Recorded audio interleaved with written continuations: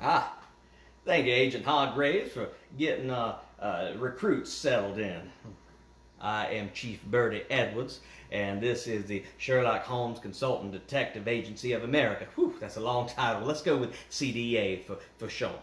Now, you are in Providence, Rhode Island. You're here for a special investigation, something that has caught the attention of Sherlock Holmes himself, and he feels that our newest batch of recruits should be the ones to investigate this case. Now, this case has stumped the local authorities. They've not been able to make heads or tails or any progress through it. Not only that, look, you got this local sensationalist, an author named H.P. Lovecraft, and he's over there writing all kinds of stories, horror and nonsensical fiction about there being a witchcraft and raising of the dead and all kinds of sorcery. And folks around here, they tend to believe that. Whether or not there's any kind of evidence to support that claim or not, they'll just go ahead and believe it. And we are in real danger. Now, this is real.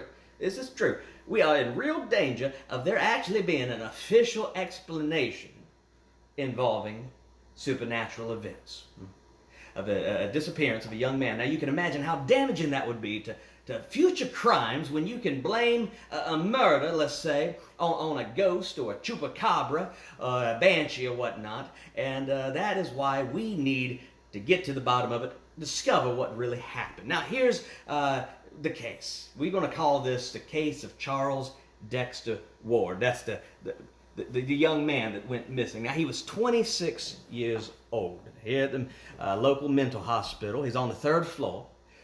Now, windows, they don't open. There's no evidence of broken glass or anything like that. They left intact. And not only that, you're talking about a 40-foot drop to solid concrete, and there's no ledge or anything to grab onto or jump to. So it would have been quite impossible for him to escape that way. The room itself is guarded by an orderly, and the staff has high visibility of that room at all times. And not only that, you have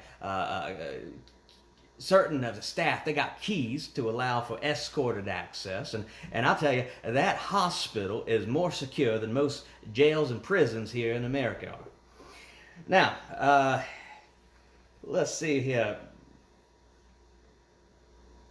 Charles was with one person at the time of his disappearance, or last person to see him present in the room. It was a doctor, a family doctor of the wards.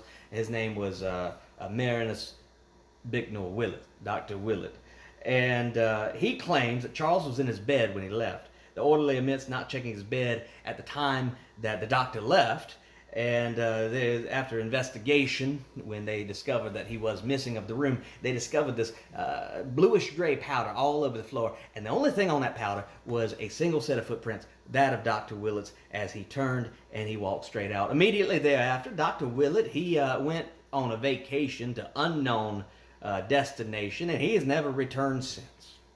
We are sending you to investigate the house and study of Charles, where it reported he conducted many experiments. The room itself holds many secrets that Holmes believes could help shed light on the truth. Local authorities have yet to make any progress or unlock any of the room secrets. We have a witness that say a casket was delivered to the room about 6 weeks ago, but it's never been seen since.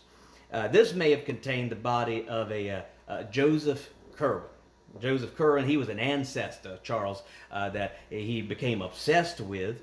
Let's see, Curwen was put to death back in the 1700s. He was put to death because the town folk caught him practicing all kinds of manner of witchcraft and sorcery. So they burned him. They burned his estate. And now the Lovecraft fella is claiming that Curwen's been raised from the dead. And as you know, this is impossible. And to quote Sherlock, when you have eliminated the impossible, whatever remains, no matter how improbable, must be the truth.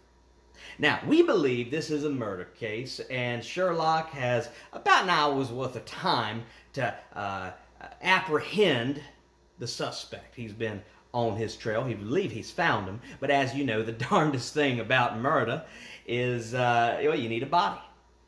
That's your objective. Your objective is to find a body. Actually, Your objective is to find two bodies. One is that of Joseph Kerwin, that long deceased ancestor of his. We need to find that body so that we can verify and have proof that the dead does in fact still remain dead.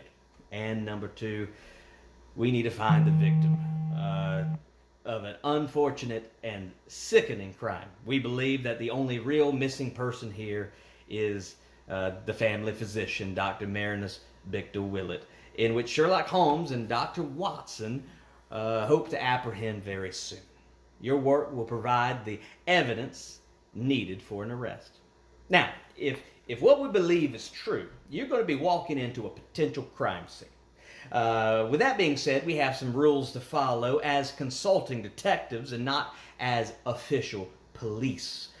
First, when you enter the door, you're going to see that there's a place for all your personal belongings. And please don't use those strange devices called cellular phones. It looks like something from the future.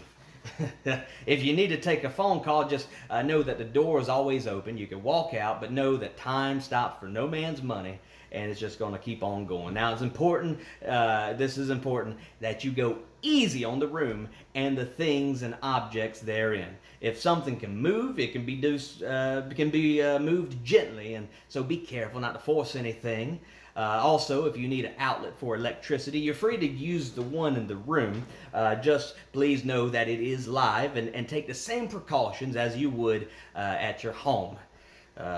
Do not climb on any furniture or stand on any chairs. Nothing should be out of reach. Next, don't touch the red locks or the red stickers. They say don't touch. Just don't touch those. They're not part of the investigation. And there's also some yellow stickers there, and it says don't force. That means that whatever is on is a very fragile and gentle object. It does need to be moved, but not very forcefully. And if it's on a tube or whatnot, just don't even try to open that. It doesn't need to be opened. Also, if you need help, don't forget that you have a whole entire agency at your back. So just go to the corner of the room. You're going to see a microphone, a speaking apparatus. You're going to go in there and say, we need a clue. Now, that's going to go straight to Dr. Watson. Dr. Watson, he's going to respond back. He might be able to speak verbally, or if not, nothing else, he's going to be able to telegraph. There's going to be a monitor in the room where his telegraphs can be seen. That monitor is also going to tell you how much time that you have left to complete the case and whatnot. So just be aware of that. You're going to hear a ding or whatnot, and when you hear that sound, just go to that monitor and see whatever Dr. Watson's going to tell you. Now, finally, there is a peculiar lock. This lock is called a directional lock. Hargraves, there you go. How about showing that lock to him? Now, this lock opens by entering in directions. It will go up, down, left, right. But before you attempt, each time you need to reset it by bumping the top twice, like this. There you go. And then you're going to enter the code, and after you enter the code that you think's right, you're going to pull straight down. And if you don't get it, just remember you got to reset it. So bump it twice again, and then start that code again. And one more thing to keep in mind. Just remember that a mailbox is on the outside of a room or a house. Well, that's very important to remember.